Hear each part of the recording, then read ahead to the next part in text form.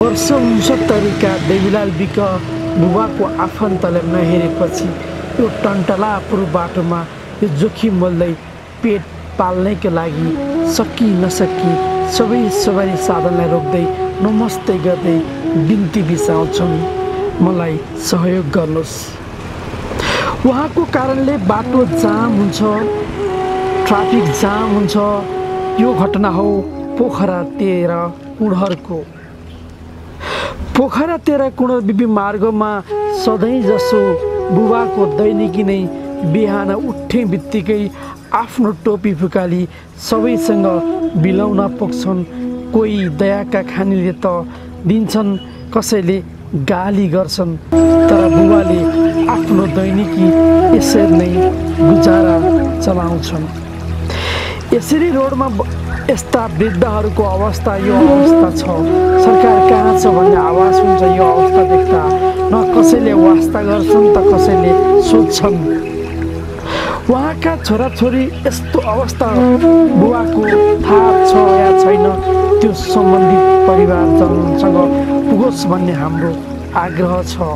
उहाँको के हो, कहाँ घर हो, के हो वास्तविकता, हामी बुझ्ने प्रयास गर्छौँ। एलबीटीभी कास्कीमा यो रिपोर्ट। यथार्थ नढाँटी भन्नु न। छोरा छैनन्, 5 भाइ छोरा मरे। छोरा छैनन्? चावडे छोरी मरे। खास तपाईँको जन्मस्थान, तपाईँको घर जग्गा कहाँ छ? सिग्लेसै छ। जग्गा छ त्यहाँ? छ। तपाईँको शुभ नाम? शुभ नाम देवीलाल विक। तपाईँ कति वर्ष हुनुभयो? म अब 70 पुग्ने 1 वर्ष छ। तपाईँको श्रीमती हुनुहुन्न? श्रीमती छ, जिउडे छोरी छन्। श्रीमतीले यस्तो हुँदा तपाईँलाई पाल्छु आउनुहोस् भनेर छोरीहरू छोराले भन्दैनन्? छोरा छैनन्। ए छोरा छैन, छोरी छन्।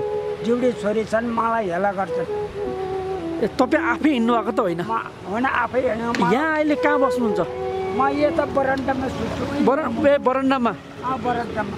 ए अनि कति दिन भयो अरे हजुरले यो माग्न थाल्नु भएको? 3 वर्ष भयो। यो खुट्टो यस्तो भएको कहिलेबाट हो? यो 3 महिना भयो। अब यो खुट्टा फुल्यो। यो अहिले 3 महिना भयो। अनि हजुरले नि देख्नु भएको 3 महिना भयो? होइन, मैले त पहिल्यैबाट देखेको। उहाँहरू यो वार्ड नम्बर 14 यो घरमा बस्नुहुन्थ्यो उहाँहरू।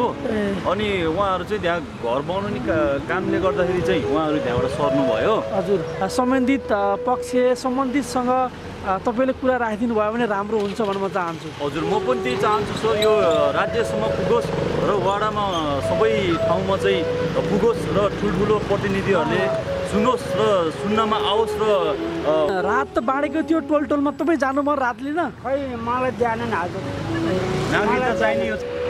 तपाईँले घरमा छोरछोरीले पाल्दा पाल्दा तपाईँ यहाँ बाटोमा आउनुभएको त होइन? होइन, पाले होइन। हो, कहाँ घर कहाँ तपाईँको? तपाईँ घर कहाँ हो? मेरो सिग्लेस। बुवा कति दिनदेखि यो रोडमा यसरी माग्दै हुनुहुन्छ? हजुर, यो रोडमा करिबन लकडाउन चैतको महिनाबाट लकडाउन सुरुवात भयो। त्यस दिनदेखिबाट चाहिँ बुवाले यहाँ बसेर माग्ने कार्यक्रम गरेर मागेर खाने यताउता गर्ने गर्नुभएको छ। चोर्न भएन। बुवा, जुन तपाईँले यो जुन बाटोमा बसेर यो पैसा माग्दै हुनुहुन्छ, गाडी रोक्दै हुनुहुन्छ, तपाईँलाई गाडीले पैसा दिएका छन्? दिएकै छन्। हजुर, दिएकै छन्।